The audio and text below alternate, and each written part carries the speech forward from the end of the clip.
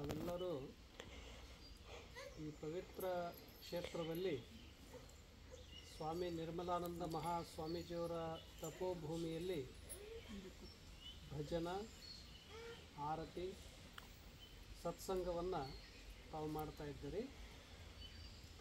ತಾವು ಹಲವಾರು ವರ್ಷಗಳಿಂದ ಒಂದು ಗುರು ಪರಂಪರೆಯಲ್ಲಿ ಬೆಳೆದುಕೊಂಡು ಬಂದವರು ಮತ್ತು ಭಜನ ಸತ್ಸಂಗಗಳನ್ನು ಮಾಡ್ತಾ ಕೇಳ್ತಾ ಬಂದಂಥವರು. ಮನುಷ್ಯನಿಗೆ ಪ್ರತಿನಿತ್ಯವೂ ಕೂಡ ನಮ್ಮ ಮತಿಯೊಳಗೆ ಕಲುಷಿತ ವಿಚಾರಗಳು ಬರ್ತಾನೆ ಇರ್ತವೆ. ಪ್ರತಿಯೊಬ್ಬರು ಮನಸ್ಸು ಯಾವಾಗಲೂ ಸ್ಥಿರವಾಗಿರಲ್ಲ. ಮನಸ್ಸು ಕೂಡ ನೋಡಿ ಕೇಳಿ ಮುಟ್ಟಿ ಅನೇಕ ಥರದ ರುಚಿಸಿ ಇದರಿಂದ ಕೂಡ ಮನಸ್ಸಿನ ವಿಕ್ಷಿಪ್ತತೆ ಹೆಚ್ಚಾಗ್ತಿರ್ತಾ ಇರ್ತದೆ. ಈ ಮನಸ್ಸಿನ ವಿಕ್ಷಿಪ್ತತೆಯನ್ನು ಕಡಿಮೆ ಮಾಡಿಕೊಳ್ಳುವುದಕ್ಕಾಗಿ, ನಮ್ಮ ಬುದ್ಧಿ ಮನಸ್ಸುಗಳು ಶುದ್ಧವಾಗಿರುವುದಕ್ಕಾಗಿ ಯಾವಾಗಲೂ ಗುರುಗಳ ಸಾನ್ನಿಧ್ಯ, ಗುರು ಭಜನೆ, ಸುಕರ್ಮ ವೃತ್ತಿ, ಹರನ ಪೂಜೆ, ಶರಣ ಸೇವೆ, ಪರಮ ಸಾತ್ವಿಕಗಳೆಂಟು ನೆರೆದು ನೆಲೆಸಿ ತನುವಿನಲ್ಲಿ, ಇವೆಲ್ಲವೂ ಮಾಡ್ತಾ ಇದ್ದಾಗನೇ ಮನಸ್ಸು ಶುದ್ಧವಾಗಿರ್ತದೆ. ಇಂಥ ಕಾರ್ಯವು ಮಾಡೋದೇ ಸತ್ಸಂಗ. ಸತ್ಸಂಗ ಅಂದರೆ ಅಂತರಂಗವನ್ನು ಶುಚಿಗೊಳಿಸೋದು. ಸತ್ಸಂಗ ಅಂದರೆ ಅಂತರಂಗವನ್ನು ವರ್ಗ ವರ್ಣಗಳ ಬಂಧನಗಳನ್ನು ಮೀರಿ ಅಲೌಕಿಕ ಆಕಾಶದಲ್ಲಿ ಬೆರೆಯೋದು. ಸತ್ಸಂಗ ಅಂದರೆ ಯಾವುದು ಜಗತ್ತಿನಲ್ಲಿ ಸತ್ಯ ಅಂತನ್ನೋದಾದ ಶಾಶ್ವತವಾಗಿ, ಶರೀರ ಅನ್ನೋದು ಬದಲಾವಣೆ ಆಗ್ತಾನೆ ಹೋಗ್ತಿರ್ತದೆ. ಅದು ಬಾಲ್ಯ, ಈಗೆಲ್ಲ ಇಲ್ಲಿ ಹುಡುಗರು ಅದಾರ, ಯೌವನ, ವೃದ್ಧಾಪ್ಯ, ಮುಪ್ಪು ಅನ್ನೋದು ಎಲ್ಲರಿಗೂ ಬರೋದು ಸಹಜಿಕದ. ಆದರೆ ಯಾವುದು ಪರಿವರ್ತನೆಗೊಳ್ಳದಂತೆ, ಕಾಲಕ್ಕೆ, ಮಾಯೆಗೆ, ಕರ್ಮಗಳಿಗೆ ಪರಿವರ್ತನೆಗೊಳ್ಳದೇ ಇರುವಂಥದ್ದಕ್ಕೆ ಸತ್ ಅಂತ ಕರೀತಾರೆ. ಅಂಥ ಸತ್ತಕ್ಕೆ ಪರಮಾತ್ಮ ಅಂತ ಕರೀತಾರೆ. ಆ ಪರಮಾತ್ಮನ ಕೂಡ ನಮ್ಮ ಮನಸ್ಸನ್ನು ಯಾವುದು ಕೂಡಿಸ್ತದ ಅದೇ ಸತ್ಸಂಗ. ಮನಸ್ಸು ಸಣ್ಣದ್ರ ಜೊತೆ ಕೂಡಿದರೆ ಸಣ್ಣದಾಗ್ತದ, ದೊಡ್ಡದ್ರ ಜೊತೆ ಕೂಡಿದರೆ ದೊಡ್ಡದಾಗ್ತದೆ. ಅಂಥ ಒಂದು ಸತ್ಯದ ಸಮೀಪವನ್ನು ಕರೆದುಕೊಂಡು ಹೋಗುವಂಥದ್ದು ಸತ್ಸಂಗ. ಈ ಜಗತ್ತಿನಲ್ಲಿ ಪ್ರತಿಯೊಬ್ಬರೂ ನಾವು ಹುಟ್ಟಿ ಬಂದಿವೆ. ಎಲ್ಲರಿಗೂ ಒಂದು ಉದ್ದೇಶವನ್ನಿಟ್ಟೆ ಪ್ರಕೃತಿ ಕಳಿಸಿದೆ, ನಾವೇನೇನು ಮಾಡಬೇಕು ಇಲ್ಲಿ ಬಂದು ಅಂತ. ಆದರೆ ನಮ್ಮ ಉದ್ದೇಶಗಳನ್ನು, ನಮ್ಮ ಕರ್ಮಗಳನ್ನು, ನಮ್ಮ ನಿತ್ಯ ಕಾರ್ಯಗಳನ್ನು ಅಚ್ಚುಕಟ್ಟಾಗಿ ಮಾಡೋದೇ ಒಂದು ಯೋಗ. ಶಿಸ್ತು ಸಹನದಿಂದ, ಏಕಾಗ್ರತೆಯಿಂದ ಮಾಡೋದೇ ಒಂದು ತಪಸ್ಸು. ನಮ್ಮ ಉದ್ದೇಶ ಏನಂದರೆ, ಪ್ರಕೃತಿ ನಮಗೆ ಎದಕ್ಕೆ ಕಲಿಸಿದ? ಮಾನವ ಜನ್ಮಕ್ಕಂತಂದರೆ ಆತ ಗೃಹಸ್ಥನಾಗಿರಲಿ, ಸನ್ಯಾಸಿಯಾಗಿರಲಿ, ಯಾವುದೇ ಕ್ಷೇತ್ರದಲ್ಲಿರಲಿ, ಇವೆಲ್ಲ ಬಹಿರಂಗದ ಒಂದು ಏನಂತಂದರೆ, ಸತ್ಯದ ಅನುಭೂತಿ ಅನುಭವಿಸೋದಕ್ಕೆ ಏನು ಬೇಕಂದರೆ ಬಹಿರಂಗದ ಬಂಧನಲ್ಲ, ಅಂತರಂಗದ ಒಂದು ಶುದ್ಧತೆ, ಅಂತರಂಗದ ವಿಶಾಲತೆ ಬೇಕಾಗ್ತದೆ. ಆ ನಿಟ್ಟಿನತ್ತ ಕರೆದುಕೊಂಡೋಗೋದು ಅಂತೂ ಯಾರು ಅಂತಂದ್ರೆ ಅವ್ರ ಗುರುಗಳು. ಆ ದಿಶೆಯತ್ತ ನಮ್ಮನ್ನು ಸದಾ ಕರ್ಕೊಂಡು ಹೋಗ್ತಾರೆ. ಅಂದು ನಮ್ಮ ಸ್ವಾಮಿ ನಿರ್ಮಲಾನಂದರು ನಿಮಗೇನು ಸಾಮೀಪ್ಯದಲ್ಲಿ ಎಲ್ಲರೂ ಬಂದರೆ, ಅಂದಿನಿಂದ ತಾವೆಲ್ಲ ಒಂದು ಆಧ್ಯಾತ್ಮದ ಜೊತೆ ಕೂಡಿಕೊಂಡ್ರಿ.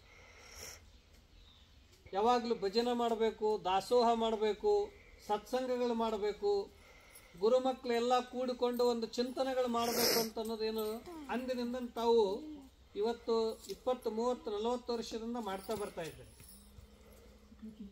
ಈ ಕಾರ್ಯ ನಿರಂತರವಾಗಿ ನಡೀತಾ ಇರಬೇಕು.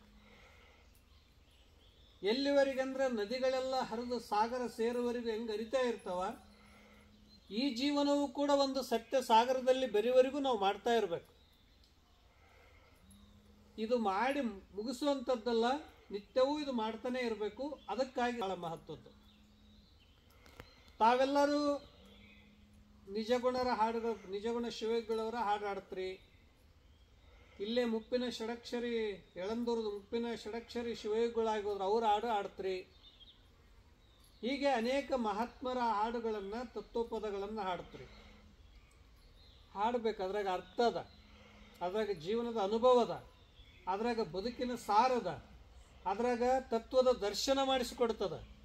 ಅದಕ್ಕಾಗಿ ಹಾಡು ಅಂದರೆ ಯಾವ ಹಾಡುಗಳನ್ನು ಕೇಳೋದ್ರಿಂದ ನಮ್ಮನ್ನೇ ನಾವು ಮರಿತೀವೋ, ಯಾವ ಹಾಡುಗಳನ್ನು ಹಾಡೋದ್ರಿಂದ ನಮ್ಮ ಮನಸ್ಸಿನ ದುಃಖ ತಾಪಗಳೆಲ್ಲ ದೂರ ಆಗ್ತಾವೋ ಅಂತ ಹಾಡು ಹಾಡೋದು, ಅದೇ ಭಜನ.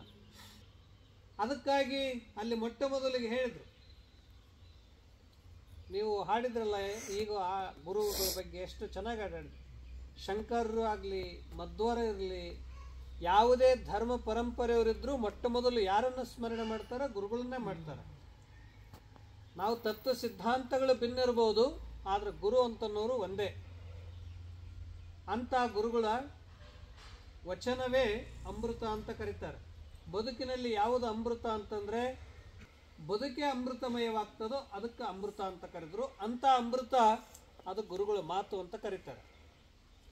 ಭಾರತ ದೇಶದಲ್ಲಿ ಇವತ್ತು ಉಪನಿಷತ್ತುಗಳು, ಅಮೃತಮಯ ಉಪನಿಷತ್ತುಗಳು, ವಚನಗಳು, ಶರಣರು, ಹೀಗೆ ಅನೇಕ ಸಂತ ಮಹಾತ್ಮರ ಮಾತುಗಳೆಲ್ಲ ಅವು ವಚನ ಅಲ್ಲ, ಅವು ಅಮೃತ ಅಂತ ಕರೆದ್ರು. ಅವು ಯಾವಾಗಲೂ ಸ್ಥಿರವಾಗಿರ್ತವ. ಮತ್ತೆ ಎಷ್ಟು ಕೇಳುತ್ತವೋ ಅಷ್ಟು ಅರ್ಥಗಳನ್ನು ಕೊಡ್ತದೆ, ಎಷ್ಟು ಕೇಳುತ್ತವೋ ಅಷ್ಟು ಮನಸ್ಸಿಗೆ ಮುದವನ್ನು ನೀಡ್ತವೆ, ಸಂತೋಷ ನೀಡ್ತವೆ. ಅದಕ್ಕಾಗಿ ಮನುಷ್ಯನಿಗೆ ಏನಂತಂದರೆ, ಹೇಗೆ ಪ್ರತಿನಿತ್ಯ ನಾವು ತಪ್ಪದೆ ಹೊಟ್ಟಿಗೆ 3 ಹೊತ್ತು ಅನ್ನ ಕೊಡಲೇಬೇಕು, ಎಲ್ಲಿದ್ದರೂ ಊಟ ಮಾಡ್ತೀವಿ, ಇದು ಉದರ ಶಾಂತ ಆಗೋದಕ್ಕಾಗಿ. ಮತಿ ಶಾಂತ ಆಗೋದಕ್ಕಾಗಿ ಏನು ಮಾಡಬೇಕು ಅಂತಂದರೆ, ಮತಿಗೆ ಮಂಗಲ ಈವುದು ಅದು ಯಾವುದು?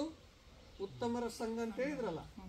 ನಮ್ಮ ಮತಿ ಮಂಗಲ ಆಗಬೇಕಾದ್ರೆ ಉತ್ತಮರ ಸಂಘ ಮಾತುಗಳನ್ನು ಕೇಳಿದಾಗ ಮತಿ ಶಾಂತ ಆಗ್ತದ. ಅದಕ್ಕೆ ತಲೆಗೆ ಜ್ಞಾನಾನ್ನ ಬೇಕು. ತಲೆಗೆ ಜ್ಞಾನಾನ್ನ ಕೊಡೋರು ಯಾರು ಅಂದರೆ ಗುರುಗಳು. ಹೊಟ್ಟೆಗೆ ಅನ್ನ ಕೊಡ್ತಾರೆಲ್ಲರು, ತಲೆಗೆ ಜ್ಞಾನ ಯಾರು ಕೊಡ್ತಾರೆ, ಯಾರಿಂದ ಸಿಗುತ್ತದ, ಅದಕ್ಕೆ ಗುರುಗಳು ಅಂತ ಕರೀತಾರೆ. ಅಂಥ ಗುರುಗಳು ಮಾತುಗಳೇ ವಚನಗಳು. ಅಂಥವರ ಉಪದೇಶ, ಶ್ರೀ ಗುರು ವಚನೋಪದೇಶವನ್ನು ಆಲಿಸಿದ ಆಗಲೇ ನರರಿಗೆ ಮುಕುತಿ. ಇದೊಂದು ಕೇಳಿದ್ರೆ ಸಾಕಲ್ಲ, ಇದೊಂದು ಕೇಳಿದ್ರೆ ಎಲ್ಲ ವಚನ ಕೇಳಿದ ತಕ್ಷಣ ಏನಾಗ್ತದೆ? ಮುಕ್ತಿ ಅನ್ನೋದು ಸಿಗ್ತದ. ಮುಕ್ತಿ ಅಂದರೆ ಏನು? ಬಿಡುಗಡೆ, ಭವಬಂಧನದ ಬಿಡುಗಡೆ ಮುಕ್ತಿ. ಹಾಗಾದರೆ ನಾಳೆ ಇವತ್ತು ನೀವೆಲ್ಲ ಹೊರಗಿನಿಂದ ಬಿಡೋಕ್ಕಾಗ್ತದ? ಆಯಿತು, ನಾಳೆಗೆ ಇಳಂದೂರವರೆಲ್ಲ ಆಶ್ರಮದಾಗ ಬಂದಿರಂದ್ರೆ ಒಬ್ಬೊಬ್ರು ಕಟ್ಕೊಂಡು ಹೋಗ್ಬಿಡ್ತಾರೆ, ಬರ್ತೀನಿ ಅಂದ್ರೆ ಸ್ವಾಮಿಗಳು. ಹೊರಗಿನಿಂದ ಅಲ್ಲ, ಒಳಗಿನಿಂದ ಮುಕ್ತಿ ಆಗೋ. ರಾಗದ್ವೇಷ ಅನ್ನೋದೇನಿದೆಯೋ ಪ್ರತಿಯೊಬ್ಬ ಮನುಷ್ಯ ಸಾಮಾನ್ಯವಾಗಿ ಗುಣಗಳೇನು ಅರಿಷಡ್ ವರ್ಗದವಲ್ಲ, ಇವು ಮೀರಕ್ಕಾಗಲ್ಲ. ಅದಕ್ಕಾಗಿ 12ನೇ ಶತಮಾನದಲ್ಲಿ ಅಲ್ಲಮ ಪ್ರಭುಗಳು ಹೇಳಿದ್ರಲ್ಲ, ಅಕ್ಕ ಮಹಾದೇವ್ ಹೇಳಿದ್ರು, ಬಸವಣ್ಣವ್ರು ಹೇಳಿದ್ರು, ಕಾಮ, ಕ್ರೋಧ, ಲೋಭ, ಮೋಹ, ಮದ, ಮತ್ಸರ ಇವು ಎಲ್ಲರ ಮೇಲೇನೂ ಆಕ್ರಮಣ ಮಾಡ್ತಾವೆ. ಇವು ಇಲ್ಲದವ್ರು ಯಾರಾದ್ರಿ ನೋಡೋಣ, ಹೇಳಕ್ಕೆ ಯಾರು ಬೇಕಾದವ್ರು ಇವು. ಇವು ಇಲ್ಲದವರೇ ಸಂತರು, ಅಥವಾ ಇವುಗಳನ್ನು ಸರಿಯಾಗಿ ಬಳಸ್ಕೊಂಡವರು ಸಂತರು. ಸ್ವಲ್ಪ ಹೆಚ್ಚು ಕಡಿಮೆ ಆದರೆ ವ್ಯವಹಾರ ಕೂಡ ಕೆಟ್ಟೋಗ್ತದೆ. ಇವು ವ್ಯವಹಾರದಾಗ ಕೂಡ ಭಾಳ ಕೋಪ ಆದ್ರೆ ಏನಾಗ್ತದ? ವ್ಯವಹಾರ ಕೆಡ್ತದ. ಅತಿ ನೋಡೋದು ಮೋಹ ಆದ್ರೆ ಏನಾಗ್ತದ?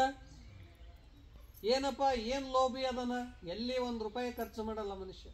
ಏನು ಲೋಭಿ ಅದನ, ಅದೂ ಕಷ್ಟ ಆಗ್ತದೆ. ಇವು ವ್ಯವಹಾರದಲ್ಲಿ ಕೂಡ ಹೇಗಿರ್ಬೇಕಂದ್ರೆ ಸಂತುಲನವಾಗಿರ್ಬೇಕು. ಅತಿ ಹೆಚ್ಚಾದ್ರೆ ಜೀವನ ಕೆಟ್ಟೋಗ್ತದೆ. ಇವು ಸಾಮಾನ್ಯ ಪ್ರತಿಯೊಬ್ಬರಿಗೂ ಜಗತ್ತಿನಲ್ಲಿ ಎಲ್ಲರಿಗೂ ಇಚ್ಛಾ, ರಾಗ, ದ್ವೇಷ, ಭಯಗಳಿವೆ. ಇವುಗಳಿಗಾಗಿ ಬದುಕೋದಲ್ಲ, ಇವುಗಳ ಅತೀತವಾಗಿ ಬದುಕಬೇಕು ಅಂತ ಯಾರು ತಮ್ಮನ್ನ ಜೀವನ ಸಮರ್ಪಿಸಿಕೊಳ್ತಾರ, ಯಾರು ಅತೀತವಾಗಿರುವಂಥ ಚಿಂತನೆಗಳನ್ನು ಮಾಡೋದಕ್ಕಾಗಿ ಧ್ಯಾನ, ಯೋಗ, ತಪಸ್ಸುಗಳು ಮಾಡ್ತಾರ, ಅಂಥವ್ರು ಗುರುಗಳು. ಅವು ಜ್ಞಾನ, ಅವ್ರ ಜ್ಞಾನ ಯಾವುದು ಅಂದರೆ ಅದಕ್ಕೆ ಅಲೌಕಿಕ ಜ್ಞಾನ, ಪರಾಜ್ಞಾನ ಅಂತ ಕರೀತಾರ. ಆ ಮಾತು ನಮ್ಗೆ ಅವರೆಷ್ಟು ಕೋಟಿ ಗಳಿಸಿದ್ರು, ಇವರೆಷ್ಟು ಕೋಟಿ ಗಳಿಸಿದ್ರು, ಅವ್ರೇನು ಸ್ಥಾನ ಪಡ್ಕೊಂಡ್ರು, ಅವ್ರೇನು, ಬರೀ ಇನ್ನೊಬ್ಬರ ಬಗ್ಗೆ ನಾವು ಮಾತಾಡ್ತೀವಿ, ಇವುಗಳ ಬಗ್ಗೆ ಮಾತಾಡ್ತೀವಿ. ಇವುಗಳ ಅತೀತವಾಗಿ ಯಾರು ಮಾತುಗಳನ್ನು ಹೇಳ್ತಾರ ಅದೇ ವಚನ. ಅದೇ ವಚನ ಅಂದ್ರೆ ಏನು? ಇವುಗಳ ಅತೀತವಾಗಿ ಸ್ವಲ್ಪ ಬೇರೆ ಹೇಳ್ಬೇಕು. ಅದೇನು ಮುಗಿಲಾರ್ದು. ಬೀಸಕ್ಕಲ್ಲಾಗ ಏನು ಬೀಸಿದ್ರೆ ಮುಗಿತದನ್ನೋದು ಎಂದು ಮುಗಿಯಲ್ಲ. ಇಟ್ಟು ಬೀಸಿದಂಗೆ ಪ್ರಪಂಚ ಅಂದ್ರೆ ಇಟ್ಟು ಬೀಸಿದಂಗೆ, ಅದೇನು ಮುಗಿದಲಾರ್ದು. ಅಂತ ವಚನಗಳನ್ನ ಉಪದೇಶಗಳನ್ನ ಆಲಿಸಿದಂದ್ರೆ ಕಿವಿಯಿಂದ ಕೇಳೋದು, ಚೆನ್ನಾಗಿ ಕೇಳಬೇಕು. ಮನುಷ್ಯನಿಗೆ ಒಳ್ಳೆ ಮಾತುಗಳ ಬಗ್ಗೆ ಕೇಳೋದಕ್ಕೆ ಏಕಾಗ್ರತೆ ಅಂತಾರೆ. ಈಗ ಹುಡುಗರು ಒಳ್ಳೆ ರೀತಿಯಾಗಿ ಕೇಳಬೇಕು, ಅದಕ್ಕೆ ಕಿವಿ ಎರಡು ಕೊಟ್ಟನ ಭಗವಂತ ಕೇಳೋದು. ಹೇಗೆ ಕೇಳಬೇಕಂದ್ರೆ ನಾವೇನು ಓದಬೇಕಾಗಿಲ್ಲ, ಬರೀ ಕೇಳಿದ್ರೆ ಸಾಕು, ನೆನಪು ಉಳಿತದೆ. ಏಕಾಗ್ರ ಚಿತ್ತದಿಂದ ಚಿತ್ತಾಕರ್ಷಣೆ ಮಾಡುವಂಥ ಗುರುಗಳನ್ನ ಮಾತುಗಳನ್ನ ಏಕಾಗ್ರ ಚಿತ್ತದಿಂದ ಕೇಳೋದೇ ಅದಕ್ಕೆ ಆಲಿಸಿ ಅಂತ ಕೇಳ್ತಾರೆ. ಆಲಿಸು, ಚೆನ್ನಾಗಿ ಆಲಿಸು. ಈಗ ನೋಡ್ರಿ, ಲಕ್ಷ್ಯ ಆ ಕಡೆ ಹೆಂಗೆ ಹೋಗ್ತದೆ, ನಮ್ಮ ಮನಸ್ಸು ಹೆಂಗಿರ್ತದೆ ಅಂದ್ರೆ ಭಾಳ ಇದು ಸ್ವಲ್ಪ ಯಾವ ಕಡೆ ಹೋಯ್ತಂದ್ರೆ ಲಕ್ಷ್ಯ ಆ ಕಡೆ ಹೋಗ್ಬಿಡ್ತದೆ. ಎಲ್ಲ ಏಕಾಗ್ರತೆ ಬರೋದೇ ಕಡಿಮೆ. ಏಕಾಗ್ರತೆ ಅಂದರೆ ಮಗ್ನ ಆಗಿರ್ಬೇಕು. ನಮ್ಮ ಭಾರತ ದೇಶದಾಗ ಇಲ್ಲಿ ನೋಡ್ರಲ್ಲ, ಎಲ್ಲ ಗುಫೆಗಳದಾವ, ಗುಹೆಗಳದಾವ, ಅವರೆಲ್ಲ ಋಷಿಗಳು ಹೆಂಗೆ ಮಗ್ನ ಆಗಿದ್ರು. ಇವತ್ತೆಲ್ಲ ಮಗ್ನತೆನೇ ಹೋಗ್ಬಿಟ್ಟದ. ಎಲ್ಲ ಮಗ್ನತೆ ಬರೀ ತಂತ್ರಜ್ಞಾನದಲ್ಲಿ ಆಗಿ ಬಹಿರ್ಮುಖ ಮಗ್ನತದ, ಅಂತರ್ಮುಖ ಮಗ್ನತಿಲ್ಲ. ನೀವು ಒಂದು ತಾಸು ಧ್ಯಾನ ಮಾಡೋಕೆ ಕೂಡ್ರಂದ್ರೆ ಇದೇನು ಆಗಲ್ಲ ಸ್ವಾಮಿಗಳು. ಕಣ್ಣು ಮುಚ್ಚಿಕೊಂಡು ಸುಮ್ಮನೆ ಧ್ಯಾನಕ್ಕೆ ಕೂಡ್ರಂದ್ರೆ ಆಗಲ್ಲ. ಯಾಕಂದ್ರೆ ಅಂತರಂಗದಲ್ಲಿ ಇರುವಂಥ ಸೌಖ್ಯತೆ, ಅಂತರಂಗದಲ್ಲಿರುವ ಅನುಭೂತಿಯನ್ನು ಪಡ್ಕೊಳ್ಳೋದಕ್ಕಾಗಿ ಮಗ್ನ ಆಗು. ಹೊರಗಡೆ ಮಗ್ನ ಆಗೋದು ಒಂದು ಬಹಿರ್ಧ್ಯಾನ ಆದರೆ, ಅಂತರದಲ್ಲಿ ಮಗ್ನ ಆಗೋದು ಒಂದು ಧ್ಯಾನ, ಸ್ವಯಂ ಧ್ಯಾನ. ಅಂತಲ್ಲಿ ಮಗ್ನ ಆಗೋದಕ್ಕಾಗಿ ಆಲಿಸಿ ಅಂತ ಕೇಳ್ತಾರೆ. ಚೆನ್ನಾಗಿ ಕೇಳು, ತಪ್ಪಾಗಿ ತಿಳ್ಕೊಬೇಡ, ಪೂರ್ಣ ಕೇಳು ಚೆನ್ನಾಗಿ. ಆ ಮಾತುಗಳನ್ನು ಕೇಳಿದ ತಕ್ಷಣ ಮನುಷ್ಯನಿಗೆ ಮುಕ್ತಿ ಅಂದರೆ ಬಿಡುಗಡೆ ಒಂತನ. ಯಾವುದು ನಾನು ನನ್ನದು ಅಂತನ್ನೋದೇನು ಪ್ರಪಂಚದ ಒಳಗದ, ಹೊರಗಿಲ್ಲ. ಎಲ್ಲರೂ ಪ್ರಪಂಚ ಎಲ್ಲದಂದ್ರೆ ಒಳಗದ. ಆ ಒಳಗಿಂದು ಬಂಧನ ಮುಕ್ತ ಆಯ್ತು ಅಂದ್ರೆ ಇದೇ ಕ್ಷಣದಾಗ ಮುಕ್ತ ಆಗ್ತದೆ. ಊಟ ಮಾಡಿದ ತಕ್ಷಣ ಹೊಟ್ಟೆ ತುಂಬ್ತದ. ಅದೇ ಪ್ರಕಾರವಾಗಿ ಗುರುಗಳ ಮಾತುಗಳನ್ನು ಆತ ಕೇಳಿದ ತಕ್ಷಣ ಜನ್ಮ ಜನ್ಮಾಂತರ ಅಂತಲ್ಲ, ಅದಕ್ಕಾಗಿ ನರಜನ್ಮದಿಂದಿಹದು ಮಿಗಿಲುಂಟೆ. ಜಗತ್ತಿನಲ್ಲಿ ಶ್ರೇಷ್ಠವಾದ ಜನ್ಮ ಯಾವುದು? ನರಜನ್ಮ. ಇದನ್ನು ಹರಜನ್ಮ ಮಾಡ್ಕೋಬೇಕು, ನರಜನ್ಮ ಪಾವನ ಮಾಡ್ಕೋಬೇಕು. ಈ ನರಜನ್ಮಕ್ಕೆ ಅನೇಕ ಪ್ರಕಾರವಾಗಿರುವಂಥ ಸಂಸ್ಕಾರಗಳು ಕೊಡೋದು. ಈ ಶರೀರಕ್ಕನೇ ಸಂಸ್ಕಾರ, ಮನಸ್ಸಿಗೆ ಸಂಸ್ಕಾರ, ಬುದ್ಧಿಗೆ ಸಂಸ್ಕಾರ ಕೊಡೋದು. ಸಂಸ್ಕಾರ ಅನ್ನೋದು ಬಹಳ ಮಹತ್ವದ್ದು. ಸಂಸ್ಕಾರನೇ ಒಂದು ಮನೆಯ ವಾತಾವರಣ, ವ್ಯಕ್ತಿಯ ವಾತಾವರಣನ, ಜೀವನವನ್ನು ಬದಲಾವಣೆ ಮಾಡ್ತದೆ. ಅದಕ್ಕಂತ ಉತ್ತಮರ ಸಂಘ ಮಾಡಿದ್ವಂದ್ರೆ ಉತ್ತಮದ ವಿಚಾರಗಳು ಬರ್ತವೆ, ಉತ್ತಮ ಗುಣಗಳು ಬರ್ತವೆ. ಆವಾಗ ಮನುಷ್ಯ ಮುಕ್ತ ಆಗ್ತಾನ. ಅವ್ರು ಇಷ್ಟು ಹೇಳಿ ಬಿಡಲಿಲ್ಲ, ಆ ಬಳಿಕ ನೀತಿ ಹೇಳಕ್ಕೆ ಶುರು ಮಾಡ್ತಾರೆ. ಏನೇನು ಹೇಳ್ತಾರೆ ನೀತಿ ಅಂತಂದ್ರೆ, ಮುಕ್ತಿ ಆಗಬೇಕಾದ್ರೆ ಏನು ಮಾಡ್ಬೇಕು? ಮೊದಲದ್ದು ಏನೂ ಮಾಡಬೇಡ, ದುರಿತ ಕರ್ಮವನ್ನು ಒಲ್ಲದಿರು. ಕೆಟ್ಟದ್ದು ಮಾಡಬೇಡ. ಏನೂ ಮಾಡೋಕ್ಕಾಗದೇ ಇದ್ರೂ ಪರವಾಗಿಲ್ಲ, ಕೆಟ್ಟದ್ದು ಮಾಡಬೇಡ, ಅದೊಂದು ಸಾಕು. ನಮಗೇನು ಯೋಗ ಧ್ಯಾನ ತಪಸ್ಸು ಏನು ಮಾಡಕ್ಕೆ ಬರದೇ ಇದ್ರೂ ಪರವಾಗಿಲ್ಲ, ಇನ್ನೊಬ್ಬರಿಗೆ ತನ್ನಂತೆ ಪರದ ಬಗೆದಡೆ ಕೈಲಾಸ ಭಿನ್ನಾಣವಕ್ಕೆ ಸರ್ವಜ್ಞ. ನಮಗೆ ಹೇಗೆ ಇನ್ನೊಬ್ರು ಕೆಟ್ಟದ್ದು ಮಾಡಬಾರ್ದಂತ ನಾವು ಇಚ್ಛೆ ಪಡ್ತೀವೋ, ಇನ್ನೊಬ್ಬರಿಗೆ ನಮ್ಮಿಂದ ಇನ್ನೊಬ್ಬರಿಗೆ ಆಗದೆ ಇದ್ರೆ ಅದನ್ನೇನು ಹೇಳ್ತಾರೆ? ಕಾಯ ವಾಚ ಮನಸ. ವಾಣಿಯಿಂದಾಗ್ಲಿ, ಶರೀರದಿಂದಾಗ್ಲಿ, ಮನಸ್ಸಿನಿಂದಾಗ್ಲಿ ಕೆಟ್ಟದ್ದು ಮಾಡಬೇಡ. ಸೂಕ್ಷ್ಮವಾಗಿ ಎಷ್ಟು ಹೇಳಿದ್ರಂದ್ರೆ, ಬಹಿರಂಗದಿಂದ ಕೆಟ್ಟದ್ದಲ್ಲ, ಮನಸ್ಸಿನಿಂದ ಮಾಡಿದ್ರೂ ಒಂದು ದೋಷ ಆಗ್ತದಂತ. ಮನಸ್ಸಿನಿಂದ ಇನ್ನೊಬ್ಬರಿಗೆ ಕೆಟ್ಟದ್ದು ಬಯಸ್ತದೆ. ಅದಕ್ಕೆ ಮನಸ್ಸಿನಾಗ ಸೂಕ್ಷ್ಮ ಎಲ್ಲರದು ಒಂದು ಸಂವೇದನೆ ಇರ್ತದೆ. ಎಲ್ಲರೂ ಖುಷಿಯಾಗಿದ್ರೆ ಅದು ಗೊತ್ತಾಗ್ಬಿಡ್ತದೆ. ಮನೆಯಾಗ ಈಗ ಏನನ್ನ ಸಮಾರಂಭ ಮಾಡ್ತಾರೆ, ಎಲ್ಲರೂ ಖುಷಿಯಾಗಿದ್ರೆ ಬೇರೆ ಆಗ್ತದೆ. ಒಬ್ಬರೇ ಸ್ವಲ್ಪ ಇದು ಮಾಡ್ಕೊಂಡ್ರೆ, ನಮಗೆ ಈ ನಿಮ್ಮ ಕಾರ್ಯಕ್ರಮದಾಗ ನಮಗೇನು ಕೊಟ್ಟಿಲ್ಲ ನೀವು ಅಂತ ಅವ್ರು ಒಬ್ರು ಇದು ಮಾಡಿದ್ರಂದ್ರೆ ನಿಮ್ಮ ಲಕ್ಷ್ಯ ಎಲ್ಲ ಅವ್ರಿಗೆ ಸಮಾಧಾನ ಮಾಡಿದ್ರಾಗ ಹೋಗ್ತದೆ. ಅದಕ್ಕಾಗಿ ಸೂಕ್ಷ್ಮ ಸಂವೇದನ ಪಕ್ಷಿ ಪ್ರಾಣಿಗಳಿಗೂ ಗೊತ್ತಾಗ್ತದೆ ನಾವು ಹೇಗಿದೀವಂತ. ಎಷ್ಟು ಹೊಡೆದತ್ತೇಲೆ ಅದಕ್ಕೆ ಅದು 1000 ಪಟ್ಟು ನಮ್ಗಿಂತ ಬುದ್ಧಿವಂತ ಅಂತ. ಅಷ್ಟು ಮೆದುಳದು. ಆ ಮೆದುಳು ಅದರಲ್ಲಿ ಅದಂದ್ರೆ ಅದರಲ್ಲಿ ಸಂವೇದನ ಅದ. ಸಂವೇದನ ಅಂತಂದ್ರೆ ಎಲ್ಲ ತಿಳ್ಕೊಂತದ. ಈ ಕಾಡಿನಲ್ಲಿ ಏನೇನು ನಡೀತದ, ತನ್ನ ವಾಸನೆ ಅದೇನು ಸುಂಡದಲ್ಲ, ಸುಂಡ ಮುಖಾಂತರ ಎಲ್ಲ ತಿಳ್ಕೊಂತದ. ಈ ಮನುಷ್ಯ ಹೆಂಗದನ, ಭಾವನೆ ಹೆಂಗದ, ಈ ಗಿಡ ಮರಗಳು ಕೂಡ ತಿಳ್ಕೊಂತಾವ ಸಂವೇದನೆ. ನೀವು ದಿನ ಹೋಗಿ ಒಂದು ಗಿಡಕ್ಕೆ ನೀರು ಹಾಕ್ರಿ, ಅದು ಹರಡ್ತದೆ ಬೇಗ, ಅದು ಭಾಳ ಖುಷಿಯಾಗಿರ್ತದೆ. ದಿನ ಅದು ಬಯಸ್ತದಂತ, ನನ್ನ ಬಂದು ಸ್ಪರ್ಶ ಮಾಡ್ತಾನ ಈ ಮನುಷ್ಯ. ಯಾವಾಗಲೂ ಬರೀ ಕೊಡ್ಲಿ ಹಿಡ್ಕೊಂಡು ಓಡಾಡ್ರಿ, ಆ ಗಿಡಗಳಿಗೂ ಗೊತ್ತಾಗ್ತದಂತ ನೀವು ಬರೀ ಹಿಂಸ ಮಾಡವಾದ ಕಡೆವಾದ. ನೀವು ಪ್ರೀತಿಯಿಂದ ಮುಟ್ರಿ.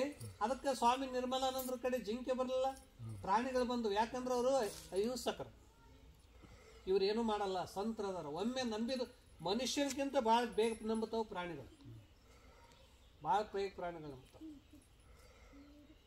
ಆದ್ರೆ ಬಹುತೇಕ ನಿಮಗೆ ಕಾಡಿನಾಗಿದ್ರೆ ಭಯ ಅದ, ಊರಾಗಿದ್ರೆ ಭಯ ಅದ.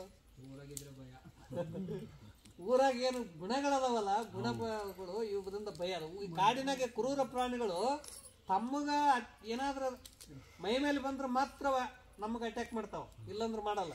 ಈ ಮನುಷ್ಯನ ಮೈ ಮ್ಯಾಗ ಯಾರು ಬರ್ಲಿ ಬಿಡ್ಲಿ ಸುಮ್ಮನೆ ಇದು ಮಾಡ್ಕೊಂತ ಇರ್ತಾನೆ, ಸುಮ್ಮನೆ ಬೇಕೊಂತ ಹೋಗೋದು. ಕುಡ್ದಂದ್ರೆ ಸುಮ್ಮನೆ ಹೋಗಲ್ಲ. ಏನ್ ರೋಡ್ ನಾಲ್ಕು ಕಾಣ್ತಾವ, ಎಕಡೆ ಹೋಗ್ತಾನ. ಅಂದ್ರೆ ಮನುಷ್ಯ ಅದಕ್ಕಾಗಿ ದುರಿತ ಕರ್ಮವನ್ನು ಒಲ್ಲದಿರೋ ಅಂದ್ರೆ ಕೆಟ್ಟದ್ದನ್ನು ಮಾಡಬೇಕು. ಇದೊಂದು ಪಾಲಿಸೋದು ಎಷ್ಟು ಕಷ್ಟ ಅದ ಜೀವನ ತುಂಬ. ಇದು ವ್ರತ. ಇದು ಒಂದು ದಿನ ನಾವು ಶ್ರಾವಣದಾಗ ಮಾಡೋದು ಬೇರೆ, ವೈಕುಂಠ ಏಕಾದಶಿ ದಿನ ಮಾಡೋದು ಬೇರೆ, ಶಿವರಾತ್ರಿಯಾಗ ಮಾಡೋದು ಬೇರೆ. ಅವ್ರು ಏನು ಹೇಳಿದ್ರು ಅಂದ್ರೆ ಮುಕ್ತಿ ಬೇಕಂದ್ರೆ ಇದೊಂದು ಪಾಲಿಸ್. ದುರಿತ ಅಂದ್ರೆ ಅದ್ರ ಕೆಟ್ಟದ್ದು. ದುರಿತ ಅಂತ ಎದಕ್ಕಂತಾರ? ಕೆಟ್ಟದ್ದು, ಭಾಳ ಕೆಟ್ಟದ್ದು ಮಾಡಬೇಡ. ದುರಿತ ಕರ್ಮ, ಈ ನಿತ್ಯ ಕರ್ಮಗಳದಾವ. ನಿತ್ಯ ಕರ್ಮ, ನೈಮಿತ್ತಿಕ ಕರ್ಮ, ಕಾಮ್ಯ ಕರ್ಮ, ಪ್ರಾಯಶ್ಚಿತ್ತ ಕರ್ಮ. ಈ ಕರ್ಮಗಳಲ್ಲಿ ನಿತ್ಯ ಕರ್ಮದಲ್ಲಿ ದುರಿತ ಕರ್ಮವನು ಒಲ್ಲದಿರು, ಬೇಡನ್ನು. ಯಾರಾದ್ರೂ ನಮಗೆ ಏನಾದ್ರೂ ಕೊಡ್ತು ಅಂದ್ರೆ ಬೇಡ ಅನ್ನೋರು ಎಷ್ಟಿದ್ದೀವಿ, ಕೈ ಒಡ್ಡವ್ರು ಎಷ್ಟಿದ್ದೀವಿ ನೋಡ್ರಿ. ಫ್ರೀ ಸಿಗುತ್ತದಂದ್ರೆ ಎಲ್ಲರೂ ಬಿಡ್ತೀವಿ. ಅದು ನಮ್ಮಲ್ಲಿ ಏನು ಅವಶ್ಯದೋ ಅವಶ್ಯ ಇಲ್ಲ, ಉಪಯೋಗ ಇಲ್ಲ, ಅದು ನೋಡಂಗಿಲ್ಲ. ಫ್ರೀ ಅಂದ್ರೆ ಕೊಡು. ಅದಕ್ಕೆ ಈ ಜಗತ್ತಿನಾಗ ಯಾರು ದೊಡ್ಡವ್ರು ಅಂತ ಹೇಳಿದ್ರಂದ್ರೆ ಯಾವಾಗಲೂ ಕೈ ಒಡ್ಡವ್ರು ದೊಡ್ಡವರಲ್ಲ, ಕೈ ಮುಂದೆ ಮಾಡಿ ಕೊಡೋರು ದೊಡ್ಡವ್ರು. ಎಷ್ಟಿದ್ರು ಸಾಕು ಅನ್ನೋದಷ್ಟು ಮನಸ್ಸಿಗೆ ಯಾರಾದ್ರೂ ಸಾಕು ಅನಿಸ್ತದ? ಯಾರಿಗೆ ಬೇಕಾದವ್ರಿಗೆ ಕೇಳ್ರಿ, ನಮ್ಗೆ ಸಾಕಪ್ಪ, ಸಂತುಷ್ಟ ಇದೀವಂತ ಅಂದ್ರೆ ನೀವೇ ಸಂತರು ನೋಡ್ರಿ. ಇವತ್ತು ಅಂದ್ರಲ್ಲ ನಮಗೆ ಭಗವಂತ ಎಲ್ಲ ಕೊಟ್ಟ ಸಂತುಷ್ಟ ಅದೀವಿ ಅಂದ್ರೆ ನಿಮ್ಮಂತ ಸಂತರ ಯಾರು? ನಿಮಗೆ ಎಷ್ಟಿದ್ರು ಮತ್ತು ಬೇಕು, ಅವರು ಯಾರು ಬೇಕು, ಮಗಳ ಮನೆ ಯಾರು ಸೊಸೆ ಬರ್ತಾರ ಅವ್ರ ಮನೆದು ಬೇಕು, ಮತ್ತೆ ಯಾರ್ಯಾರ್ದು ಬೇಕು ಅಂತ ಇಷ್ಟಪಟ್ಟವಲ್ಲ, ಇದು ನಮಗೆ ಹಿತವನ್ನ ಉಂಟು ಮಾಡೋದಿಲ್ಲ. ಅದಕ್ಕಿಂತ ಕರ್ಮವನ್ನು ಮಾಡಬೇಡ. ಹಾಗಾದ್ರೆ ಏನು ಮಾಡು? ಪುಣ್ಯವನ್ನು ಮಾಡು. ಆದಷ್ಟು ಸಾಧ್ಯ. ಕಷ್ಟದಲ್ಲಿದ್ದವ್ರಿಗೆ ಒಂದು 4 ಮಾತು ಚಲೋ ಹೇಳೋದು ಧರ್ಮ. ಒಂದಿಷ್ಟು ರೋಗಿಗಳಿದ್ರೆ ಔಷಧ ಕೊಡೋದು ಧರ್ಮ. ಧರ್ಮ ಅಂದ್ರೆ ದೊಡ್ಡದು ನಾವು ಮಾಡ್ಬೇಕಂತಲ್ಲ, ಸಣ್ಣ ಪುಟ್ಟ ಜೀವನದಲ್ಲಿ ನಮಗೇನೇನು ಆಗ್ತದೋ ಅದನ್ನು ಮಾಡೋದೇ ಧರ್ಮ. ಈಗ ಒಂದು ಸಲ ನೀವು ಬೇಕಾದ್ರೆ ನೋಡ್ರಿ, ಪಕ್ಷಿ ದಾರ್ಯಾಗ ಹೋಗ್ತೀರಿ, ಯಾವುದೋ ಒಂದು ಪಕ್ಷಿ ಅದ, ಅದಕ್ಕೇನೋ ನೀರಿಂದ ದಾಹ ಆಗ್ಯದ, ಏನೋ ಅದಕ್ಕೆ ತೊಂದರೆ ಆಗ್ಯದ, ನೀವು ಸ್ವಲ್ಪ ಉಪಚಾರ ಮಾಡಿದ್ರೆ ನಿಮ್ಮನ್ನು ಅದೆಂದೂ ಬರಲ್ಲ. ನೀವು ಎಲ್ಲೇ ಇರ್ರಿ ಅದು ಬಟ್ಟೆ ಬರ್ತದೆ. ಸ್ವಲ್ಪ ಉಪಕಾರ ಮಾಡಿದರೆ ಅದು ಜೀವನ ತುಂಬ ಉಪಕಾರ ಮಾಡ್ತದ. ಮನುಷ್ಯನೂ ಕೂಡ ಏನು ಮಾಡ್ಬೇಕಂದ್ರೆ ಸಹಾಯ ಮಾಡು, ಇಲ್ಲಾಂದ್ರೆ ಶಾಂತಿ. ಅದಕ್ಕಿದು ಪುಣ್ಯದ ಕೆಲಸ ಅಂತ ಹೇಳ್ತಾರೆ. ಪುಣ್ಯ ಅಂದ್ರೆ ಇದು ಏನೂ ಮಾಡೋಕೆ ಆಗದೆ ಇದ್ರೆ ಅಂತ ತಿಳ್ಕೊರಿ. ನೀವು ಸುಮ್ಮನೆ ಧ್ಯಾನಕ್ಕೆ ಕೊಡ್ತೀರಿ, ಪೂಜೆಗೆ ಕೊಡ್ತೀರಿ, ಯೋಗ ಮಾಡ್ತೀರಿ. ಭಾರತೀಯ ಋಷಿಗಳೇನಂದ್ರು ಎಲ್ಲರಿಗೂ ಒಳ್ಳೇದಾಗಂತ ಪ್ರಾರ್ಥನೆ ಮಾಡ್ರಿ. ಇದು ಒಂದು ದೊಡ್ಡ ಧರ್ಮ ಅಂದ್ರೆ ಯಾರಿಗೂ ಕೆಟ್ಟದ್ದಾಗದು ಬಯಸಬಾರ್ದಂತ, ಮನಸ್ಸಿನಾಗ ಬಯಸಬಾರ್ದು, ಯಾರಿಗೂ ಕೆಟ್ಟದ್ದಾಗ್ಲಂತ, ಎಲ್ಲರಿಗೂ ಒಳ್ಳೇದಾಗಲಿ. ಯಾಕಂದ್ರೆ ಇದೆಲ್ಲವೂ ಈಶ್ವರನ ಲೋಕ. ಈ ಎಲ್ಲರೂ ನಾವು ಪರಮಾತ್ಮನ ಮಕ್ಕಳೇ, ಎಲ್ಲವೂ ಹರಿ ವಿಷ್ಣುವಿನ ಪುತ್ರರೇ. ನಾವು ಕೆಟ್ಟದ್ದಾಗ್ಲಂದ್ರೆ ಭಗವಂತನಿಗೆ ಇದಾಗ್ತದ. ಇದರಿಂದ ಏನಾಗ್ತದ? ನಮ್ಮ ಮನಸ್ಸು ದೊಡ್ಡದಾಗ್ತದೆ. ರಾಗದ್ವೇಷ ಇಟ್ಟುಕೊಂಡು ನಾವು ಜೀವ ಬಿಟ್ಟಿವಂದ್ರೆ ಮತ್ತೆ ಅವೇ ಜನ್ಮಕ್ಕೆ ಕಾರಣ ಆಗ್ತವೆ. ಪುಣ್ಯ ಅಂದ್ರೆ ಇದೇ ಪುಣ್ಯ. ಪುಣ್ಯ ಅಂದ್ರೇನು? ಒಳ್ಳೇದು ಮಾಡೋದೇ ಪುಣ್ಯ. ಮಾತಿನಿಂದ, ಮನಸ್ಸಿನಿಂದ, ವಾಣಿಯಿಂದ ಯಾವಾಗಲೂ ಒಳ್ಳೇದು ಮಾಡೋದು, ಇದಕ್ಕೆ ಪುಣ್ಯವನ್ನೇ ಮಾಡು. ಆ ಬಳಿಕ ಇವೆರಡು ಆದ ಬಳಿಕ ಸಾಧ್ಯ ಇದ್ರೆ ಹೇಳಿದ್ರು, ಅರ ನಡಿ, ಪರಮಾತ್ಮ ಎಲ್ಲದನ? ಎಲ್ಲ ಕಡೆ ಅದನ. ಅವನಿಲ್ಲದ ಸ್ಥಾನದನ್. ಇಷ್ಟೆಲ್ಲ ಕೋಟಿ ಕೋಟಿ ಜನರಿಗೆ ಅನ್ನ ಯಾರು ಕೊಡ್ತಾರ? ಏನೋ ಕೊಡ್ತದ, ಒಂದು ಶಕ್ತಿ ಅದಲ್ಲ, ಕೆಲಸ ಮಾಡ್ತದ. ನಾವು ಸ್ವಲ್ಪ ಬಿಸಿಲಿನ ದಾಹ ಆಯ್ತಂದ್ರೆ ಏನು ತಾಪಪ್ಪ ಅಂತ ನೀರು ಹಾಕ್ತೀವಿ. ನಮ್ಮ ನೀರು ಹಾಕಿದ್ರೆ ಏನಾಗ್ತದೆ? ಇಡೀ ಕಾಡಿಗೆ ನೀರು ತಂದು ಸಮುದ್ರದಿಂದ ಹಾಕ್ತವಲ್ಲ, ಯಾವುದೋ ಒಂದು ಶಕ್ತಿ ಇರಬೇಕಲ್ಲ ಆಕಾಶದಿಂದ ಬರಕ್. ಏನು ಇಲ್ಲದಂತ ತುಳಿದು ಹೋಗುವ ಮಣ್ಣಿನಾಗ ಹೂ ಅರಳ್ತದಂದ್ರೆ ಏನೋ ಒಂದು ಶಕ್ತಿ ಅದಲ್ಲ. ನಾವು ಕುಂತೀವಿ ಇಲ್ಲಿ, ಹೃದಯ ಬಿಡಕತ್ತದ. ಯಾರ ಮಾತು ಕೇಳಿ ಬಿಡಕತ್ತದ? ಯಾವುದೋ ಒಂದು ಶಕ್ತಿಯಲ್ಲಿ ಒಳಗೆ ಕೆಲಸ ಮಾಡಕತ್ತದ. ಅದು ನಿಂತು 4 ದಿನ ಹಾಸ್ಪಿಟಲ್ದಾಗ ವೆಂಟಿಲೇಟರ್ ಮ್ಯಾಗ ಇಟ್ರೆ ಏಟ್ ಬರ್ತದ ಬಿಲ್. ಮತ್ತು 100 ವರ್ಷ ಬಡಿತಾ ಇರ್ತದೆ. ಏನು ಕೊಟ್ಟಿವ ನಾವು? ಏನು ಕೊಟ್ಟಿಲ್ಲ. ಅದಕ್ಕೇನೋ ಒಂದು ಶಕ್ತಿ ಅದಲ್ಲ, ಎಲ್ಲದ್ರಾಗೂ ಒಂದು ಶಕ್ತಿ ಕೆಲಸ ಮಾಡ್ತದೆ, ಗೊತ್ತಾಗಲ್ಲ. ಪರಮಾತ್ಮ ಎಲ್ಲೆಲ್ಲಿ ಅದನಂದ್ರೆ ಅರಳು ಮಕ್ಕಳಲ್ಲಿ, ಬರುವ ಮಳೆಯಲ್ಲಿ, ಸೂರ್ಯನ ಕಿರಣಗಳಲ್ಲಿ, ಹರಿಯುವ ನದಿಗಳಲ್ಲಿ, ಪಕ್ಷಿಗಳ ಕಲರವ ನಾದದಲ್ಲಿ, ಎಲ್ಲದರಲ್ಲಿ ಅವನೇ ತುಂಬೇನಂತ ತಿಳ್ಕೊ. ಹಿಂಗೆ ಭಾವಿಸೋ ಅದೇ ಪೂಜೆ. ಪೂಜೆ ಅಂದ್ರೆ ನಾವು 2 ರೀತಿ ಮಾಡ್ತೀವಿ. ದೇವರು ಪೂಜೆ ಮಾಡೋದೊಂದು, ಮಾನಸ ಪೂಜೆದಾಗ ಎಷ್ಟಂತ ಮಾಡೋದು. ಮಾನಸ ಪೂಜಕ್ಕೆ ಭಾಳ ಅಲ್ಲಮ ಪ್ರಭುಗಳು ಹೇಳಿದ್ರು, ಲಿಂಗಂದು ಪೂಜೆ ಮಾಡ್ತೀವಲ್ಲ, ಭೂಮಿಯೇ ಒಂದಿದು ಪೀಠಿಕ, ಆಕಾಶತ್ತನ ಆತಂದೇನದ ಲಿಂಗದ. ಇಲ್ಲಿ ಸೂರ್ಯ ಚಂದ್ರ ಏನ್ ಮಾಡಕತ್ತಾರ? ಧೂಪ ಬೆಳಗಕತ್ತಾರ. ನಾವು ಅಭಿಷೇಕ ಮಾಡ್ತೀವಿ. ಅದಕ್ಕೆ ನೀವು ಮಾನಸಿಕವಾಗಿ ಹೆಂಗ್ ಅಭಿಷೇಕ ಮಾಡ್ರಂದ್ರೆ ನದಿನೇ ಅರ್ಪಣೆ ಮಾಡ್ತೀವಿ ಅಂತ ತಿಳ್ಕೋರಿ. ಒಂದು ಬೆಲ್ಪತ್ರಿ ಗಿಡನೇ ಅರ್ಪಣೆ ಮಾಡಿಬಿಡೋದು ಮನಸ್ಸಿನಿಂದ, ಏನು ಖರ್ಚಾಗಲ್ಲದು. ಮಾನಸ ಪೂಜೆ ಆತ್ಮನಿದ್ದಾನೆ ಅಂತ ತಿಳ್ಕೊಳ್ಳೋದೇ ಇದು ಪೂಜೆ. ಎಲ್ಲರಲ್ಲಿ ಒಂದು ಚೇತನಾ ಶಕ್ತಿ ಅದನ್ನೋದೇ ಒಂದು ಪೂಜಾ. ಇದನ್ನ ವಿಚಾರ ಯಾರು ಮಾಡಕ್ಕೆ ಶಕ್ತಿ ನಮಗೆ ಕೊಟ್ಟನ? ಬುದ್ಧಿ ಭಗವಂತ. ಅದಕ್ಕೆ ಪ್ರತಿಯೊಬ್ಬರಿಗೆ ಒಂದು ಮೆದುಳಿನಲ್ಲಿ ಒಂದು ವಿವೇಕ ಅನ್ನೋದು ಕೊಟ್ಟನ.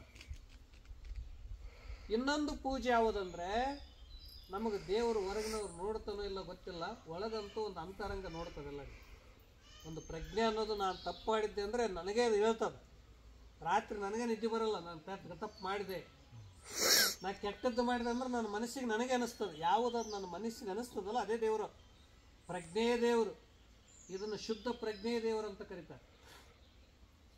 ಅದಕ್ಕಾಗಿ ನಮ್ಮ ಶಾಂತಿಗಾಗಾದರೂ ನಾವು ಒಳ್ಳೇದು ಮಾಡ್ಬೇಕಾಗ್ತದೆ, ನಮ್ಮ ಸಂತೋಷಕ್ಕಾಗಿ ನಾವು ಒಳ್ಳೇದು ಮಾಡ್ಬೇಕಾಗ್ತದೆ. ಇದೇ ಪೂಜೆ, ಇದು ಮಾನಸ ಪೂಜಾ. ಇಂಥ ಪೂಜೆಗಳನ್ನು ಮಾಡ್ತಾ ಉದಾತ್ತ ವಿಚಾರಗಳನ್ನು ತಿಳಿದುಕೊಳ್ತಾ ಹರನ ಅಡಿಬಿಡಿ ಅಂತಂದ್ರೆ ಸಮೀಪ ಹೋಗಬೇಕು. ಯಾರು ಸಮೀಪ ಹೋದ್ರೆ ನಮಗೆ ಶಾಂತಿ ಸಿಗುತ್ತದೆ. ಈಗ ಬ್ಯಾಸಿಗೆ ಗಿಡದ ದಿನಕ್ಕೆ ಹೋದ್ರೆ ಏನು ಸಿಗ್ತದೆ? ಅದಕ್ಕೆ ನೀವು ಬೆಟ್ಟದವ್ರು ಏನಂದ್ರೆ ಎಲ್ಲಿ ಹೋದ್ರು ನಮಗೆ ಸಮಾಧಾನ ಆಗಲ್ಲ ಅಂತ ಬೆಟ್ಟಕ್ಕೆ ಬರ್ತೀರಿ. ನಮ್ಗೆ ರಾತ್ರಿ ಎಲ್ಲಿ ಹೋದ್ರೆ ನಮ್ಗೆ ನಿದ್ದೆ ತಕ್ಕಲ್ರಿ, ನಮ್ಮ ಬೆಟ್ಟದ ಇದನ್ನ ಬಿಡಬೇಕು. ಮತ್ತು ಇಂಥ ನೀರು ಕುಡಿದ ಬಳಕೆ ನಮ್ಮ ಬೆಟ್ಟದ ನೀರಿನಾಗ ಎಲ್ಲಿಲ್ಲ ಅನ್ನಕ್ಲ ನೀವು. ಅಲ್ಲಿ ಎಲ್ಲಿ ಹೋದ್ರು ಮತ್ತೆ ಬೆಟ್ಟಕ್ಕೆ ಹೆಂಗೆ ಬರ್ತಾರಲ್ಲ, ಯಾಕೆ ಅಲ್ಲಿ ಶಾಂತಿ ಅದ. ಯಾರ ಆಶ್ರಯದಾಗದೀವಿ ನಾವು? ಪ್ರಕೃತಿ ಆಶ್ರಯದಾಗದೀವಿ, ರಂಗಸ್ವಾಮಿ ಆಶ್ರಯದಾಗದೀವಿ, ಗುರುಗಳ ಆಶ್ರಯದಾಗದೀವಿ. ಅದಕ್ಕೆ ನೀವು ಶಾಂತಿ ಅದ್ರಿ. ಹೊರಗಿನವ್ರಿಗೆ ಇವು ಯಾವ ಇಲ್ಲ, ಪ್ರಕೃತಿ ಇಲ್ಲ. ಪ್ರಕೃತಿ ಇಲ್ಲ ಅಂದ್ರೆ ತಾಪ, ಏನೇ ಸೇಕಿದ್ರು ಹೋಗಲ್ಲ ಅದು. ಅದಕ್ಕೆ ಯಾರು ಮಾತು ಕೇಳಿದ್ರೆ ತಲೆ ತಣ್ಣಗಾಗ್ತದ, ಎಲ್ಲಿ ಕುಂತ್ರೆ ಸಮಾಧಾನ ಆಗ್ತದ, ಎಲ್ಲಿ ಹೋಗಿ ಕುಂತ್ರೆ ಶಾಂತಿ ಸಿಗ್ತದ, ಅಲ್ಲೇ ಹೋಗೋದು ನಾವು. ಅದಕ್ಕೆ ಹರ ನಡಿ ಬಿಡಿ. ಮತ್ತು ಶಾಂತಿ ಸಿಗ್ತದಂದ್ರೆ ಹಿಂಗೆ ಹೇಳಿದ್ರಲ್ಲ, ಬಸವಣ್ಣವ್ರು ಒಂದು ವಚನ ಹೇಳಿದ್ರು. ಒಂದು ಗಿಡದ ಕೆಳಗೆ ಒಂದು ಹಾವು ಅದು ಬಾಯಿ ತಕ್ಕೊಂಡು ಕುಂತಿತ್ತಂತ. ಅದು ಕಪ್ಪೆ ಬಿಸಿಲಿಗೆಲ್ಲ ಚಿಕ್ಕೋಂತ ಬಂದು ಅದು ಬಾಯಿ ತಕ್ಕೊಂಡು ಕುಂತಿತ್ತಲ್ಲ, ಅದ್ರ ಮ್ಯಾಗ ಕುಂತಿಂತ ಒಳಗೋಗಿ ಸಣ್ಣಗದ ಇಲ್ಲಿ ತಂಪದ ಕುಂತ. ಅದು ಆಮೇಲೆ ನಿಧಾನ ಮುಚ್ಚಿಬಿಡ್ತ. ಹಂಗೆ ನಾವು ಪ್ರಪಂಚದಾಗ ತಾಪ ಅದಂತ ಎಲ್ಲೇನು ಹೋಗಿ ಕುಂತೀವಂದ್ರೆ ಅದು ಏನಾಗ್ತದ? ಅದಕ್ಕೆ ಘಟಸರ್ಪದೊಳಗೆ ನಾವು ಅವನ ಕಪ್ಪೆ ಸಿಕ್ಕ ಹೆಂಗದು ಹೊರಗೆ ಬರೋದಲ್ಲೋ, ಕಾಲ ಕರ್ಮ ಮಾಯ ಅನ್ನುವ ಘಟಸರ್ಪದೊಳಗೆ ಸಿಕ್ಕವ್ರು ಯಾರು ಹೊರಗೆ ಬರಲ್ಲ. ಭಾಳ ಪ್ರಬಲ ಶಕ್ತಿ ಬೇಕಾಗ್ತದೆ. ಅದಕ್ಕೆ ಪ್ರಬಲ ಶಕ್ತಿ ಅದರಿಂದ ಹೊರಗೆ ಬರೋದಕ್ಕೆ ಗುರುಗಳು ಮಾತು ಕೇಳಬೇಕು. ಪ್ರಪಂಚ ಅನ್ನೋದೇನು ಹೊರಗೆ ಯಾರಿಗೂ ನಿಮಗೆ ಬಿಟ್ಟಿಲ್ಲ. ಒಂದು ತಾಸು ಹೆಚ್ಚಾಯ್ತು ಅಂದ್ರೆ ಒಳಗೆ ಜಗಕ್ಕೆ ಮಾಡ್ತದೆ ನೋಡ್ರಿ, ಹೋಗ್ಬೇಕಂತ. ಅದಕ್ಕೆ ಯಾರಿಗೂ ಕೇಳಾರ್ದನೆ ಭಗವಂತ ಬಾ ಅಂತ ಕರ್ಕೊಂಡು ಹೋಗ್ಬಿಡ್ತಾನೆ. ನಾವು ಅಕಸ್ಮಾತ್ ನಿನಗೆ ಈ ಇಂಥ ದಿನ ನಾನು ಬರ್ತೀನಿ ಅಂತ ಹೇಳಿದ್ರೆ ನಾವು ಎಷ್ಟು ತಯಾರಾಗ್ತೀವಲ್ಲ ನಾವು. ಅದಕ್ಕಾಗಿ ಎಲ್ಲಿ ಹೋಗಿ ಕುಂತ್ರೆ ಸಮಾಧಾನ ಆಗ್ತದ, ಅದೇ ಪರಮಾತ್ಮನ ಪೂಜೆ. ಅದಕ್ಕೆ ಛತ್ರ ಚಾಮರ ಅಂದರೆ ಇದೇ ಹರ ನಡೆಬಿಡಿ, ಶಾಂತರು ನೋಡ ಅಂದರೆ ಶಾಂತಿ ಸಿಗಬೇಕು. ಬರೀ ತಾಪ ಎಲ್ಲಿ ಹೋದ್ರು, ಯಾವ ಕ್ಷೇತ್ರಕ್ಕೆ ಹೋದ್ರು ಬಿಸಿಲಿನ ತಾಪ ಇದ್ರೆ ನಡೀತದೆ, ಒಳಗೆ ತಾಪ ಇರಬಾರ್ದು. ಬಿಸಿಲೇಟೇ ಇರಲಿ, ಒಳಗೆ ತಾಪ ಇತ್ತಂದ್ರೆ ಏನು, ನೀವು ಎ ಬೇಕಾದಂಥ ಇದ್ರಾಗ ಕೊಡಿರುತ್ತ ಗೌರವ ಬರ್ತದೆ. ಮನುಷ್ಯ ಅವಾಗ ಸಮಾಧಾನ ಆಗ್ತಾನೆ, ಅವಾಗ ಆತನ ಜೀವನದಲ್ಲಿ ಶಾಂತಿ ಸಂತೃಪ್ತಿ ಸಿಗ್ತದ. ಅದಕ್ಕಾಗಿ ಆಗಾಗ ನಮಗೆ ದಿನವೂ ಮಾಡ್ಬೇಕಂತ ಸತ್ಸಂಗ. ದಿನ ಸತ್ಸಂಗ ನಾವು 3 ಹೊತ್ತು ಹೆಂಗು ಅನ್ನ ಊಟ ಮಾಡ್ತೀವೋ ಹಂಗೆ ತಲೆ ಒಂದು ಹೊತ್ತಾದ್ರೂ ನಾವು ಕೇಳ್ತಾ ಇರ್ಬೇಕಂತ ನೀವು ಕೂಡ ಆಗಾಗಿಲ್ಲಿ ಸತ್ಸಂಗ ಮಾಡಲಿಕ್ಕಾಗಿ ಇವತ್ತು ತಾವು ಬಂದಿರಲಿ. ಇಲ್ಲಿ ಬಂದಾಗ ಎಲ್ಲರಿಗೂ ಇಲ್ಲೊಂದು ಸಕಾರಾತ್ಮಕ ಶಕ್ತಿ ಇದೆ. ಗುರುಗಳು ತಪಸ್ಸಿನ ಪ್ರಭಾವದ ಅಲೆಗಳಿವೆ. ಪ್ರತಿಯೊಬ್ಬರಿಗೂ ಅದು ಸ್ಪರ್ಶ ಮಾಡ್ತದೆ. ಈ ಮಣ್ಣಿನ ಗುಣದಲ್ಲದವ, ಈ ಗಾಳಿಯಲ್ಲದವ. ಇದು ಯಾಕಂದರೆ ಇದು ದೇವಭೂಮಿ. ಇಂಥ ಭೂಮಿಯಲ್ಲಿ ನೀವು ಬಂದು ಸುಮ್ಮನೆ ಏನಂದ್ರೆ ಹೊರಗಂತ ಅನ್ನ ಇದ್ದೇ ಇರ್ತದೆ, ಅದ ಪ್ರಶ್ನೆ ಇದು ಪ್ರಸಾದದ. ಅದಕ್ಕಾಗಿ ಇಲ್ಲಿ ಬಂದು ಒಂದಿಷ್ಟು ಮಾತುಗಳು ಕೇಳಬೇಕು.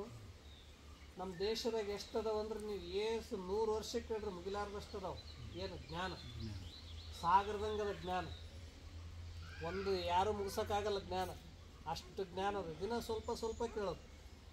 ಅದಕ್ಕಾಗಿ ಮನಸ್ಸು ಶಾಂತ ಆಗ್ತದೆ. ಮನಸ್ಸು ಶಾಂತಿ ಇತ್ತಂದ್ರೆ ಆರೋಗ್ಯ ಚಲೋ ಇರ್ತದೆ. ನೀವು ಹಾಸ್ಪಿಟ್ಲಿಗೆ ಭಾಳ ಹೋಗೋಬೇಕಾಗಿಲ್ಲ. ಮನಸ್ಸಿನಾಗ ಎಲ್ಲ ಟೆನ್ಷನ್ ಶುರುವಾದವು ಅಂತಂದ್ರೆ ಎಲ್ಲಿ ಹೋದ್ರೂ ನಿಮ್ಗೆ ಏನಂದ್ರೆ ಯಾವ ಗುಳಿಗೆ ನುಂಗ್ರಿ, ಔಷಧ ನುಂಗ್ರಿ, ಏನು ರೀ ನಿದ್ದೆನೇ ಬರಲ್ಲ ರಾತ್ರಿ. ಎದ್ದು ಸುಮ್ಮನೆ ಕೊಡೋದು, ಏನು ಮಾಡಿದೆ ನಾನು, ಏನಾಯ್ತಪ್ಪ ಜೀವನ. ನಾವು ಬಯಸಿದಂತೆ ಒಮ್ಮೊಮ್ಮೆ ಆಗಲ್ಲಿದು. ಕಾಲದೊಳಗೆ ಪರಿವರ್ತನೆ ಆಗ್ತದೆ ಜಗತ್ತಿನೊಳಗೆ. ಅದಕ್ಕಿಂತ ಒಂದು ಜಗತ್ತಿನೊಳಗೆ ತಾವು ಒಂದು ಅಲೌಕಿಕವಾದಂಥ ಕ್ಷೇತ್ರದ ಆಶ್ರಯದಲ್ಲಿ ತಾವೆಲ್ಲ ಹಲವಾರು ವರ್ಷಗಳಿಂದ ಸೇವೆ ಮಾಡ್ತಾ ಬರ್ತಾ ಇದ್ದೀರಿ.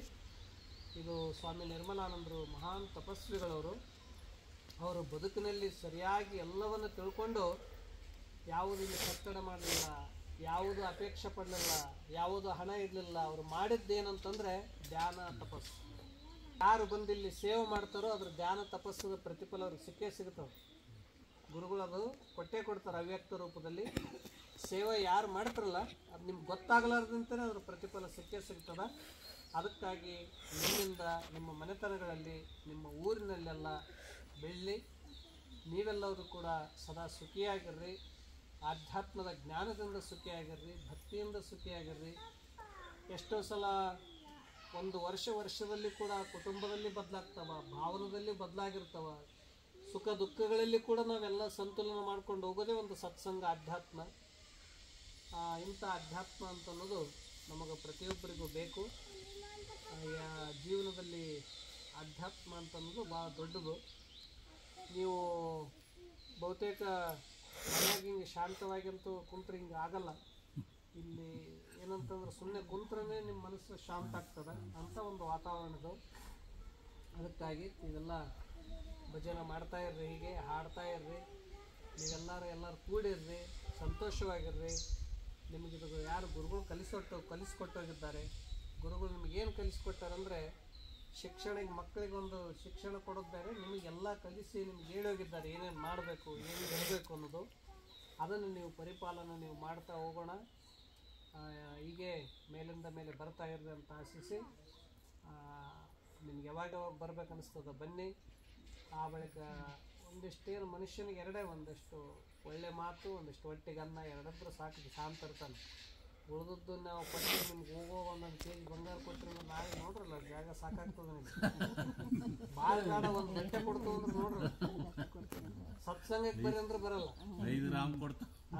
5 ಗ್ರಾಮ್ ಕೊಡ್ತಾರೆ ಸಾಕಾಗಲ್ಲ. ಯಾರು ಏನನ್ನು ಕೊಡ್ತಾರೆ ಅಂದ್ರೆ ನಮ್ಮ ಜನ ಹೆಂಗಾಗಿದೆ ಅಂದ್ರೆ ಅದಕ್ಕೆ ಹಿಂದಿನ ರಾಜ ಮಹಾರಾಜರು ದುಡ್ಲಾರ್ದವ್ರು ಏನು ಕೊಡ್ತಿದ್ದಲ್ಲ. ಈಗ ನಾವೇನು ಮಾಡ್ತೀವಿ ಅಂದ್ರೆ ಕುಂತು ಎಲ್ಲ ಅವ್ರನ್ನ ಕೆಡಿಸ್ಬಿಡ್ತೀವಿ. ಕೊಟ್ಟು ಮನುಷ್ಯ ದುಡಿದು ಅದು ಕೊಡಬೇಕು, ಅದಕ್ಕೆ ಬೆಲೆ ಇರ್ತದೆ. ದುಡ್ಲಾರ್ದು ನಾವು ಉಂಡ್ರಂದ್ರೆ ಅದಕ್ಕೆ ಮಹತ್ವ ಇರೋದಿಲ್ಲ. ಶ್ರಮಪಟ್ಟು ನಾವು ಕೆಲಸ ಮಾಡಬೇಕು. ಅದಕ್ಕೆ ನೀವೆಲ್ಲ ಹಿಂದಿನ ಹಿರಿಯರೆಲ್ಲ ಹೇಳಿದ್ರು. ನಮ್ಮ ಅವರೊಬ್ಬರು, ಇದೆಲ್ಲ ಕಾಡು ಸುತ್ತಿದೆ, ಕಾಡೆಲ್ಲ ಓಡಾಡಿದೆ. ನಮ್ಮ ಸ್ವಾಮೀಜಿಯವರು ಇದ್ದಾಗ ರಾಜ ಮಹಾರಾಜರ ಕಾಲದಾಗೂ ಬೇಟೆಯಾಡೋಕೆ ಬರ್ತಿದ್ವಿ ನಾವೆಲ್ಲ ಅಂತ. ಅದಕ್ಕೆ ಎಷ್ಟು ವಯಸ್ಸು ಅಂದ್ರೆ ನಮ್ಗೆ ಗೊತ್ತಿಲ್ಲ, ಆದರೆ ಏನೋ ಜಡ್ಡಂತ ನಮಗಿಲ್ಲ